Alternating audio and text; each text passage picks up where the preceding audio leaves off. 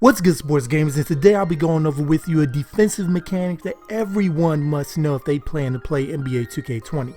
That will improve your defense almost immediately, and it's the manual switch mechanic, which will allow you to manually call switches yourself, which will be extremely valuable in certain situations that the defensive settings can't help you. Now, first off, you want to go into your coach settings and scroll all the way down to team communication, and you want to set this to defense only.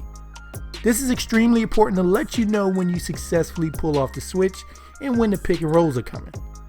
Now, getting into the game, to manual switch, all you have to do is hold the A button on Xbox and X on PS4, and it will switch your assignment with the nearest defender to the person you're supposed to guard. When done successfully, you will see you and the player you're switching with have switch blink above their head, and the arrow below you swivel to a different player.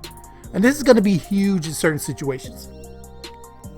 The first situation the manual switch comes in handy is the pesky play. Yeah, I'll call it a play because people do this on purpose, where the ball handler will run to the sidelines or towards the wing into his shooting guard's defender, and they loop around for a wide open shot.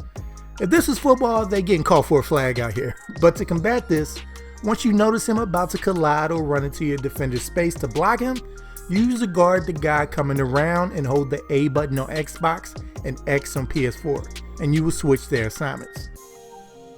Here in Triple Threat Online, this is what happens when you don't switch.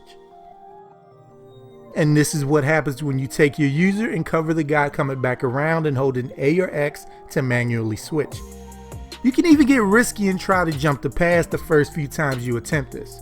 This play usually happens between guards or guards and small forwards, so there wouldn't be any severe mismatches from properly switching this common way guys get shooters open on purpose or accidentally.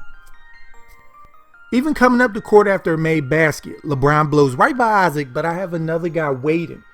But because this guy's still coming up the court, he's free, so I switched to him and forced the manual switch. What would happen if I didn't would be I would try to cover Fry coming up the court, but Rudy wouldn't be locked on to Brian, and still try to come over to Fry and bam, he's wide open. Or I use a Rudy to cover Brian and Isaac is coming over and Fry's wide open. Manual switch makes this seamless. In a similar situation here, I get caught sleeping, so Beverly is on the loose.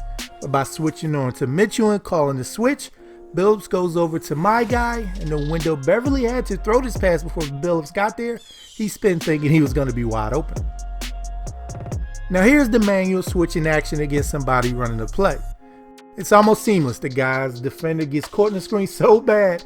It's funny enough, he's in good position to defend the ball handler now should he not pass the ball here and shoot or drive.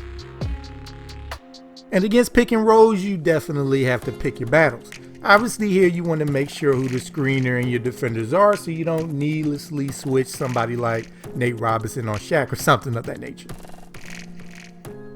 And lastly, it works wonders against the fast break.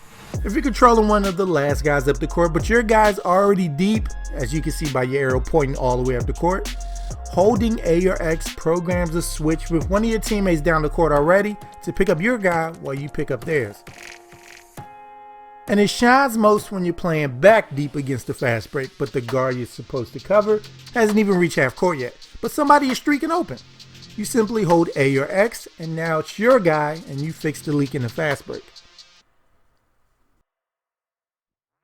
It's going to take practice to get used to this and knowing where everybody on the court is and what's about to happen to force a switch at the perfect time.